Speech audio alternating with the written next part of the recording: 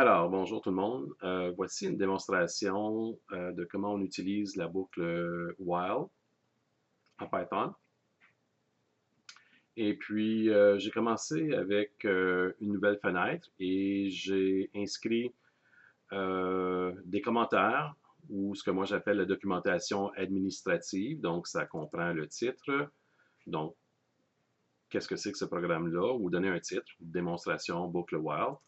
L'auteur, c'est moi, la date aujourd'hui, la description un petit peu de qu'est-ce que ça fait si jamais j'ai besoin de revenir puis lire qu'est-ce que ça fait. Alors, nous voici avec une démonstration de la boucle while. Et une boucle ou une répétition, c'est fait pour répéter un certain montant d'instructions. Puis pour faire ça, il faut compter. Alors, c'est toujours bien de commencer avec une initialisation d'une variable qu'on va se servir pour compter. Donc, je vais écrire un petit commentaire. Initialiser une variable de contrôle. OK? Pour contrôler la boucle. Donc, tiens, je dois compter, donc je vais l'appeler mon compteur. Et je vais lui donner la valeur 1 pour commencer. Ensuite, si je veux utiliser une boucle while, je dois lui dire quand est-ce arrêter. Donc, while, puis là, je vais écrire une condition. Le while compteur est plus petit, oups, pas ça, plus petit ou égal à, pas notre compteur, mais disons une valeur 5. Qu'est-ce que je veux faire? Donc, les deux points, j'inscris qu'est-ce qui va dans la boucle. Alors, peut-être que je vais faire print, allô, et c'est tout. Je peux écrire un autre message qui dit quelque chose genre print fin de la boucle, qui est aussi la fin du programme dans ce cas ici. Donc, juste pour que ça soit évident. Et voilà, on va sauvegarder. Je vais aller mettre ça sur ma clé.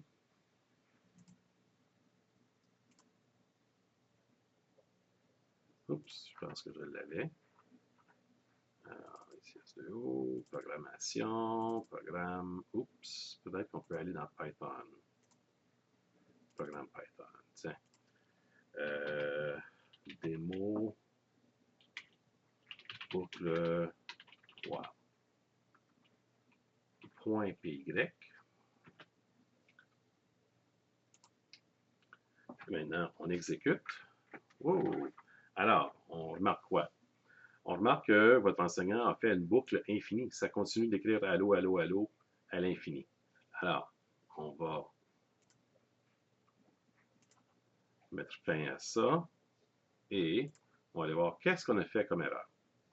Alors, on apprend avec les erreurs aussi, donc c'est pas grave. On a dit compteur prend la valeur 1. Et si le compteur est plus petit ou égal à 5, donc 1 est plus petit ou égal à 5, donc fait print hello.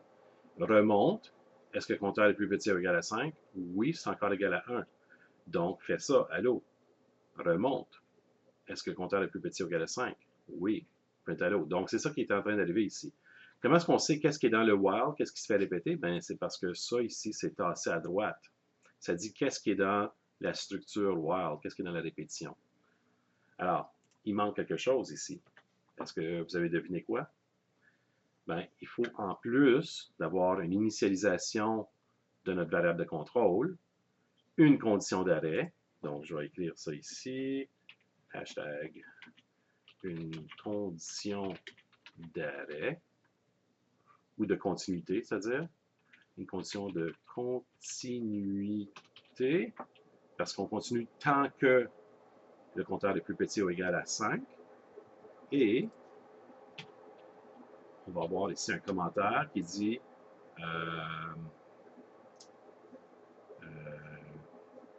on va faire l'ajustement de la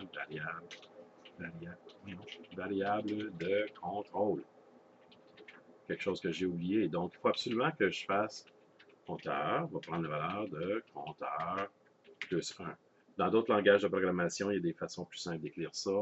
compteur plus égale 1, au lieu d'écrire compteur égale compteur plus 1. Mais je trouve que ça suffit à mes besoins, donc on va sauvegarder encore une fois et je vais exécuter cette fois-là. Et je vois bien ici, tout à fait en bas, que 1, 2, 3, 4, 5 fois la boucle s'est exécutée. D'accord? Donc, revenons à nos moutons ici. Donc, on a vu qu'on va aller de 1 à 5. Donc, tant que compteur plus petit ou égal à 5, on augmente le compteur de 1 à chaque fois qu'on passe de la boucle. À la fin, on écrit fin de la boucle. OK.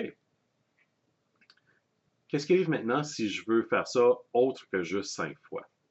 Bien, on est capable d'aller chercher la limite où la personne veut arrêter.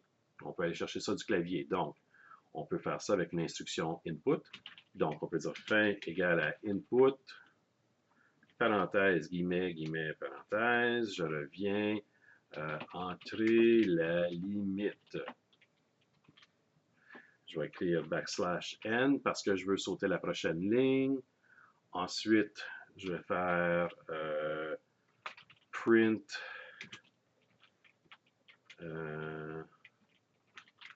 début de la boucle. Juste pour bien limiter les choses. Et maintenant, au lieu de dire que je veux m'arrêter à 5, je vais m'arrêter à fin.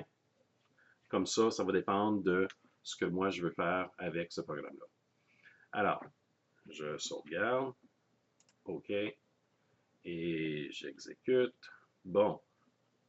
Ça dit en bas, entrer la limite. Donc, je vais entrer la limite. Oups. Bon, pourquoi je ne peux pas faire ça? On va devoir monter ça là. Et monter encore. Oups. OK, entrer la limite. Et je dis, attention. Je vais dire 5. Et je vais voir qu'est-ce que ça va faire. Donc, j'ai entré la limite 5. Début de la boucle. Allô, allô, allô, allô, allô. 5 fois. Je ne sais pas si vous le voyez, là, mais la vidéo n'enregistre pas la ligne d'entrée tout à fait en bas. Alors, on va arranger ça, je crois, de cette façon ici.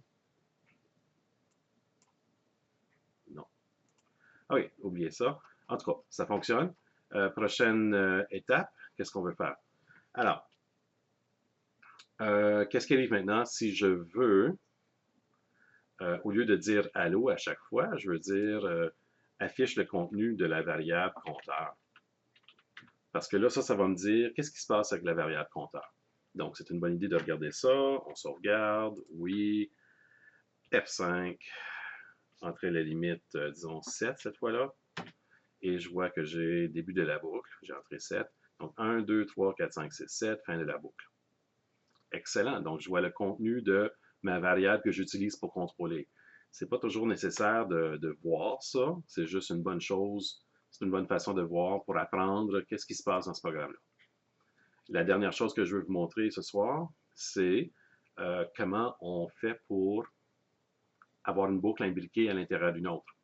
Donc, on va dire entrer peut-être le nombre de lignes.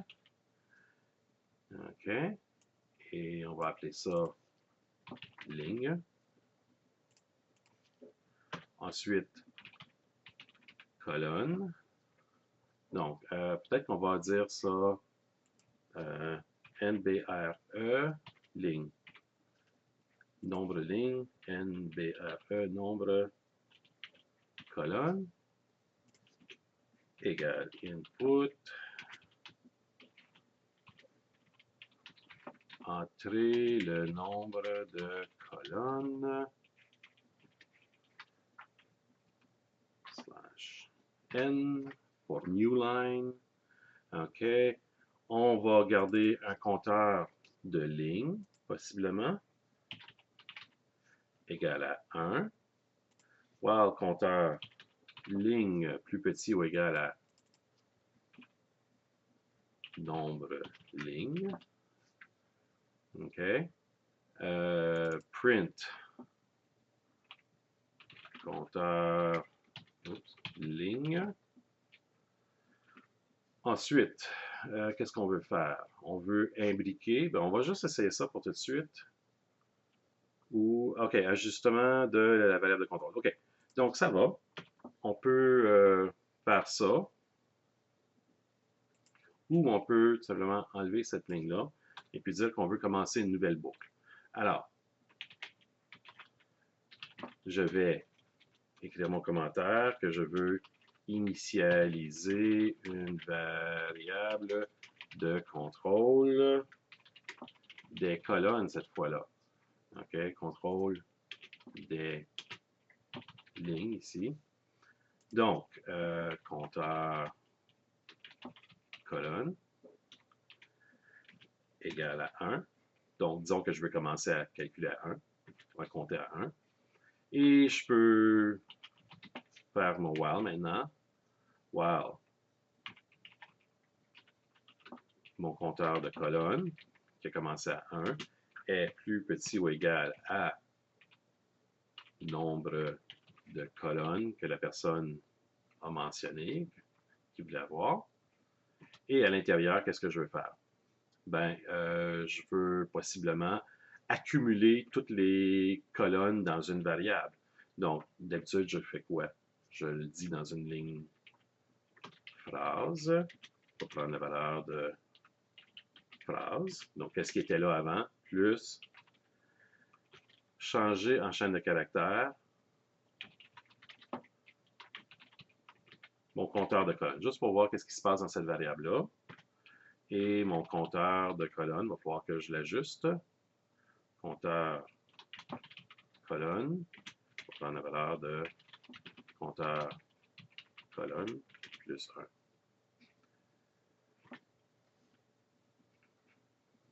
Ici, si je commence une nouvelle ligne, je commence mon compteur de colonne à 1, puis je veux aussi initialiser ma variable colonne, ma variable phrase à rien.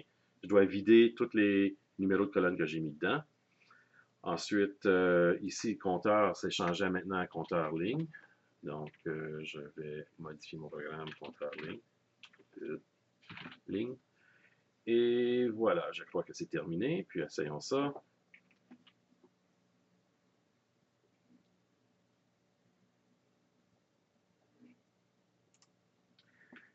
F5.